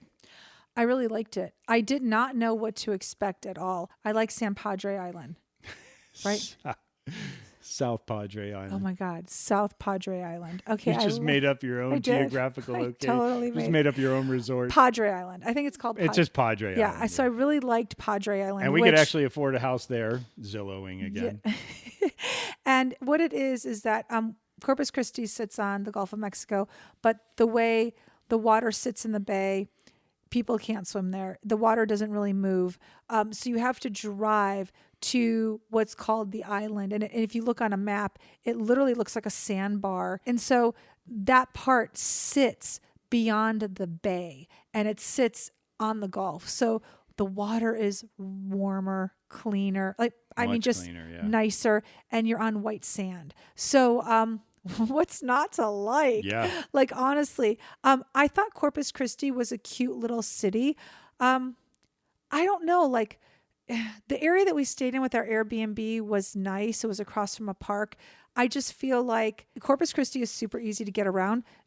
Literally, I mean, the whole town, you can hit the whole town in 20 minutes. Like, you go east 20, right? You're at the water. Yeah, I'd say within a half an like hour. North, easy. Yeah, you're at the sure. north side 20. Yeah. Like, it's 20 minutes. Airport, 20 minutes. Super easy town to get around. That was a plus for me. I definitely would consider moving there.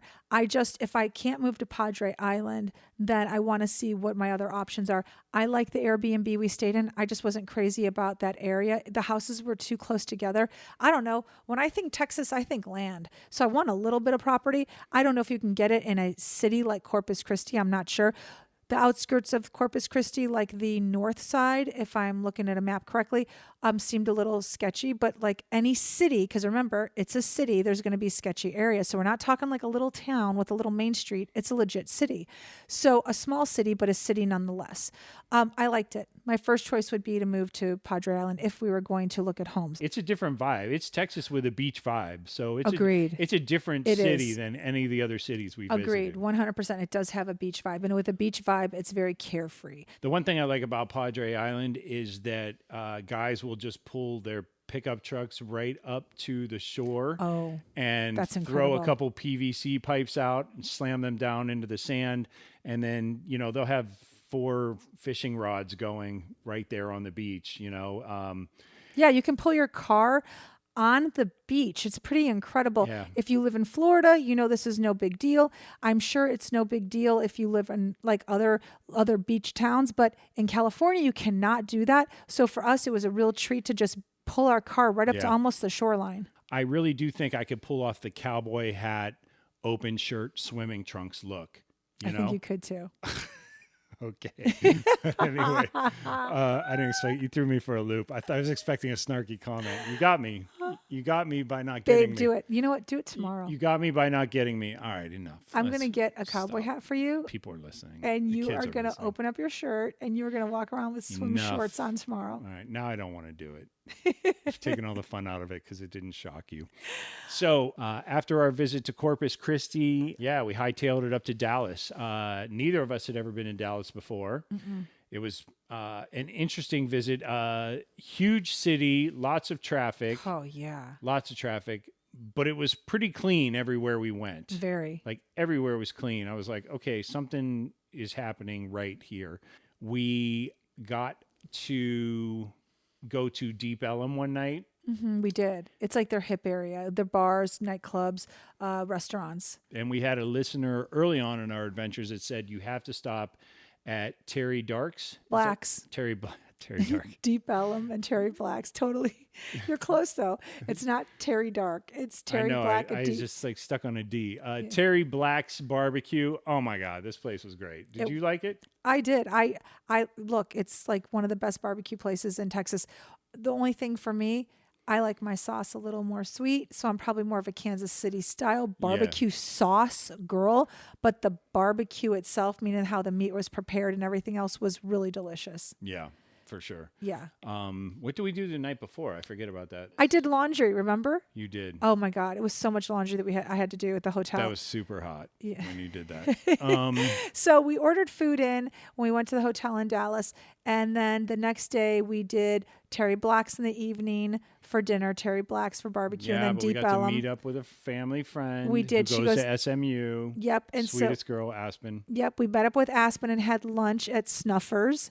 And what area is that? It's not Highland Park. It's No. a different area outside of SMU, which is just down the way. But it's like an SMU staple, I guess. Yes. Like a lot of collegians go there. Yes. So we got to do that, and that was nice. So it was kind of nice because since we stayed in downtown Dallas, it was nice to go to SMU, which is a little bit outside the city. I mean, it's Yeah. still in the city, but we weren't surrounded by big tall buildings there. We had a little Main Street area that we could walk around. It was really cute. And we went and saw the JFK Memorial Yes, we did. and the Well- Texas Book Depository, which Yes. is now some sort of records building. Yes.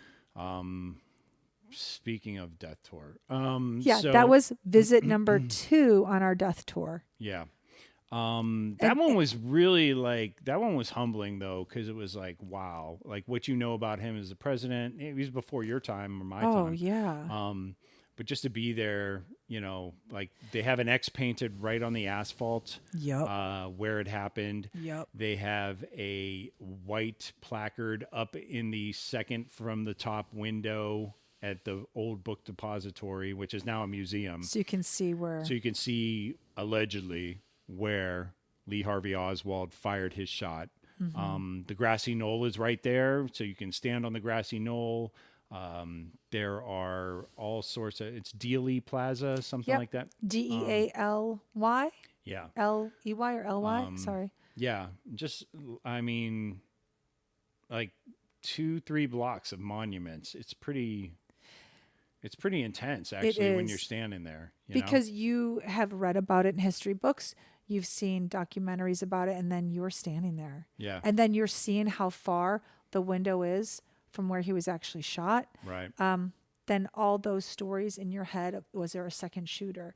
Was there, where the angle hit his body? Right. Like all of that. And you're actually physically seeing it. Yeah.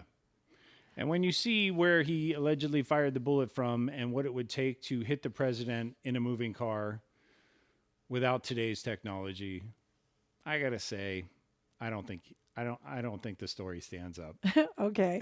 I actually want to watch more documentaries. Like when I left there, I said, I need to really see more documentaries now that I've been here. The only downside, which was disappointing, was that we got there rather late and the museum had already closed. So there's an actual museum that will take you up to the 6th floor. Yeah. And from everything I've read and from listeners telling us that we should go there, I am thoroughly disappointed that we did not. That was a second museum on our death tour that we were not able to see. You are Mike Pence. Am I? I got a fly on my head. Yes. Anyway, so back the to flies in. yeah, really disappointed that we did not, and we had to leave the next day. So and the next day was Sunday, so we'd have to wait till Monday. So it was really, I mean, I hope we can get back to Dallas because I do want to go to the 6th floor. Yeah. And we saw AT&T Stadium on our way out, so it'd be great to attend a game too, even though I'm not a Cowboys fan. Oh, it would be obviously, fun. I agree. You know, watching Texans do Texas stuff at the Cowboys game, I mean, that'd be crazy. So That's classic, I'm right? into that. That's yeah. like that's Texas. Yeah, for sure, for sure. So anyway, that's sort of the recap of our Texas adventure. I will Yes. say I have some top 5s and bottom 5s. Do you? I do. You go first. You go first with your likes. Okay, so my top 5 for Texas, number 1, Hooters in Abilene. I don't know about your Hooters and other cities of Texas, but I'm going to say Abilene Hooters. Abilene's got you beat. Yep, number 1 for me. That's nice. That beat Waco. I mean, that totally beat Magnolia Table. Yeah, I did. Okay, so number 2, Magnolia Table. Number 3, the Davidian compound. Just seeing the FBI house was like crazy. Number 4 for me would be going to a Baylor game because I have never been to a college football game, and going to a football game like Baylor where everyone comes out because there is no national, professional football team in Waco. So this is their team. Like that stadium was full of green. That was a great Saturday night. It was green, right? Was Baylor green? Yeah, well, all the kids were wearing, it's yellow and green, yeah. Okay, it was pretty cool. Yeah. So that's number 4. And then number 5 for me, I would have to say going to see Aspen at SMU. Oh, that's so sweet. Yep, that was a highlight of my 5. Well, if she ever listens, she'll know. You're right.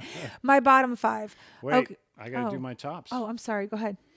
You mentioned the Baylor game. I liked McLean Stadium / Friday Night Lights. We were driving down the freeway in West Texas, like the real western side of Texas, on our way from wherever to Abilene. And we actually saw from the freeway a high school football game. It's true. All the lights lit up. It just gave me such nostalgia for, You were Friday Night Lights at my own glory days. Yes. No, I mean, just like everything you know about Friday Night Lights, the TV series, the movie, the nature of the beast here in Texas. You really were Friday Night Lights, though. Like you're. Oh, I did, yeah. Because you're from a small town, and Oh, football yeah, was a big absolutely. deal. Absolutely. And it was just like, those kids are so lucky they get to go out there and mash heads every Friday night. Like, I'm so jealous. Like, kids, you got to live it up while you can. When it's over, it's over. But that was great. I really like service lanes and dedicated U-turns. You do love those U-turns. Oh my God. A dedicated U-turn. You don't have to wait for the light to change and hope some guy coming around the corner is going to hit you. When you get off on the service lane that runs parallel to the freeway in Texas, there will be a lane most times as you come up on the left that's dedicated where you can just loop around and jump right back on the other side. You don't have to wait for Joe Schmo and his truck across the way to turn left or right or whatever. Nope. It's just a lane, a continuous lane that keeps going. I love that. and Texas, you won't did get that a right. ticket. You will not get a ticket. So I like that. I love the people. The people we talked about at length. They surprised me with how much they love me. I'm not going to lie. So You are hysterical. I know I could do well in a small Texas town despite being a Southern Californian. Babe, you speak country. I do speak country. I speak a little redneck. Anyway, moving on. Slovacek's in West Texas. I really liked a lot. Best damn barbecue you'd ever get at a gas station other than Joe's in Kansas City. Moving on. I like how people say yes sir, no sir here. Yes sir, no Oh, sir. that's a good Yes sir, one. no sir. There's a level of respect for people you don't exactly know or you're not exactly required to respect, if that makes sense. And yet they offer it. How about that? What a Yeah. concept. A little bit of respect as a fellow person coming down the street. So I like that a lot. And I don't know what number I'm on right now, but one thing that I definitely enjoy seeing are these $250,000 trucks running around on the streets. They're amazing. Oh my God. Like these trucks cost more. Like Seriously? I don't think I've noticed honestly them. don't know how their wives, their wives are cool with them buying these decked out trucks. You know what I mean? It's like, I know they don't have it set. Like, it's not about asking permission for your wife or whatever, but there are women, you know, who are like, not for nothing, but we don't have any rice or beans in the cabinet, you know? And it's like, meanwhile, you're driving around in this apartment building. Oh my God. Okay, They're so lush, plush. They are the bomb. I'm serious. I get it. I get why people want to jack up trucks, all that stuff. So If you lived here, would you have a jacked up truck? I would want one. I don't even think they all look the same to me. So I didn't even notice them, to be honest with you. So they're super expensive. Don't be. Yeah, they're really expensive. I mean, I'm You have to show me. exaggerating. I'm exaggerating when You I say have- 250, but I know. they're six figures. All right, you have to show me a 6-figure pickup truck because I swear to God, they all Oh my look the God, same. throw up a stick. Seriously, they're all around you. Are you serious? Yeah, I'm dead How serious. could you not show me? How could you not show me? Well, because I want to buy one and I don't want you to know how much they cost. Anyway, you can go on with your dyslexia now. You can go on with your dislikes now. My dislikes. Okay, so my first dislike, that the drivers in Texas are crazy. They nuts. drive like 90 miles an hour in the slow lane. Like, I mean, honestly, my daughter was telling us about it and I just didn't believe her. I don't understand it. I'm a fast driver and I had to pull off because 85 wasn't fast enough for some people and a 60 already. So that was a major dislike. Yeah. The humidity, I can't handle the humidity. I didn't realize how humid it was here. That was very challenging. I don't like the humidity. So that's a number 2. Number 3, I don't like that Corpus Christi is an airport that doesn't have nonstop flights. Well, it does if you want to go to San Antonio. They call themselves an international airport. And yes, they do fly internationally, but you have to stop 3 different cities just to get to New York. Yeah, I don't think that qualifies as internationally. No. Another dislike I have. I actually don't know, if you want to be honest. It's okay. I know mean, you really liked it. I don't want to go into politics. There are things Yeah, we already did that. We beat that horse.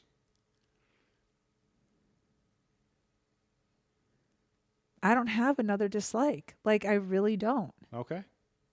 Yeah, that's it. Those are my dislikes. And I only had 3 of them. Okay, good. Well, that's good. I have 5. So Go right ahead. let's go. Let's start out with the mosquitoes. Oh, They are like, that's such a good one. Oh, they're I like wish I had that hornets. one. Like in Corpus Christi, I could not walk the dog without 7 welts. You They know, were the worst. They're aggressive. They're twice the size of California mosquitoes. that's a really good one. Can I- Everything really is bigger in Texas. And the mosquitoes hit you like it's like, you know. You know, like back in the 70s where they had those bee movies where people would get swarmed by bees covered from head to toe and Yeah. would walk with like bees all over them. That's how it was with mosquitoes in That Texas. was me unloading a bag from our van. Yep, Yeah. me too. God, that's a good one. I wish I had taken that one. Yeah. You should hate speed bumps, by the way. You should really Why don't hate you just speed bumps. stick to your dislikes? To be continued. You should really hate speed bumps. Go. I hate Corpus Christi roads because they have so many potholes in them. It's impossible to keep your car straight with one hand. It's nuts. It's like, seriously, somebody like in a state this size, you would think they would be able to dig up some asphalt somewhere and apply it to these streets. It's a joke. The Corpus Christi streets are nuts. The other thing I would say is, keeping it in Corpus Christi for a second, your coffee scene sucks. I'm sorry. I don't know how anybody outside of walking distance from downtown gets caffeinated in the morning. How are you people thriving. Like, how do you get up in the morning and go and do your job? Like, is everybody just drinking Red Bull in this state because it's so humid? I don't understand. I could not find a good coffee within 4 miles of our house. Oh, okay. That's brutal. That's long. Like from our Airbnb. That was pretty brutal. Yeah. So, not a fan of the coffee scene. That's like 3 or 4 now, right? I think that's 4. That's 4. Okay. So here's my least favorite thing about Texas. McLean Stadium, Baylor University. I like both those things. Don't get me wrong. Your DJ and your band leader need to stop this ugly civil war against each other. If you want to talk about laying down arms and putting politics aside, your DJ needs to not be playing Drake while your band leader is playing Hang On Sloopy or whatever the song is. It causes a tremendous amount of cognitive dissonance when you're a fan on the 50-yard line hearing bootsa, bootsa, bootsa in one ear and trumpets and drums in the other. Just take turns. It's ridiculous. Whoever the athletic director is or the events director or the president of Baylor University. I know it used to be Kenneth Starr. Rest in peace. He's gone. Whoever that person is that's in charge of these two people, or whoever the people are, like maybe their people need to meet. I'm not sure. Oh, I think that they've met, and I think it was a battle. It was of the bands. acrimonious. It's definitely acrimonious. First, there's no question. 100%. They do not like each other. It is not a great fan. It is not a great fan experience being at your games and listening to dueling banjos from either side of the stadium. It's a joke. Like, seriously, stop it. Somebody coordinate this thing. It's junk. Anyway, those are my bottom 5. Wow, okay. And we were not kidding you at the beginning when we said this was going to be a Texas-sized episode. Look at the time clock now. Won't you look at the time? We got you to your destination and back. Yeah, we did, for sure. Empty nest, full tank. Check the mic and make sure it sound right, boys.